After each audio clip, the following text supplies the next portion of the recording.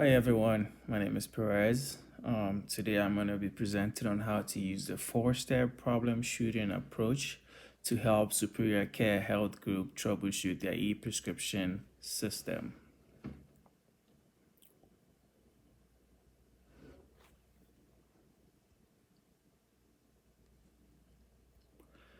So scenario we have here present us with a brief story on how the Superior Health Group recently installed a new system for electronically sending patient prescriptions to the pharmacies.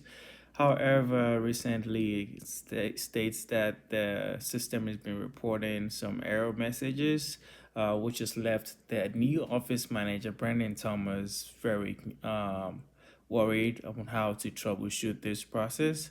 So to help, we're going to be using our four-step troubleshooting system again to help identify, verify, and then fix whatever issues that SCHG is having with their system.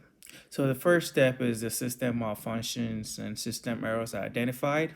So in this step, we identify the errors, and we have three errors here. We have the PVD format error, which shows that there is a formatting error.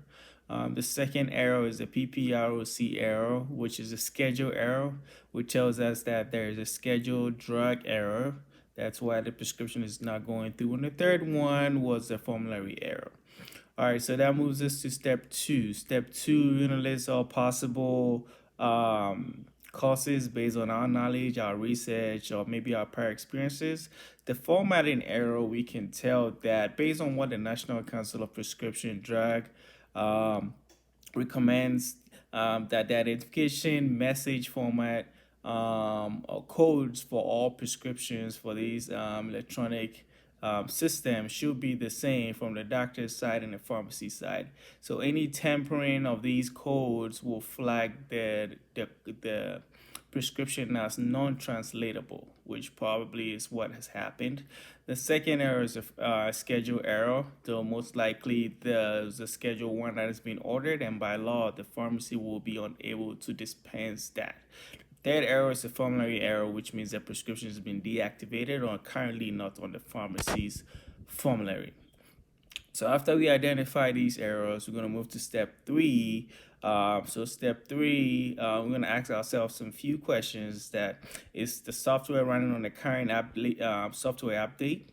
Is the same provider running into the same issues? If so, we have to re-educate the provider and then verify if the provider is using the right DEA or provider's credentials to prescribe all these controlled medications.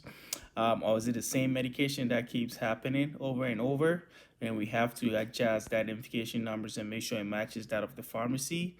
And is the prescription a formulary medication? If it's not a formulary medication, the pharmacy would have to advise the provider or change their formulary or update the formulary on the system so the doctors can prescribe those medications. Or if to make sure if the patients being prescribed these medications currently meet the requirement to prescribe those medications.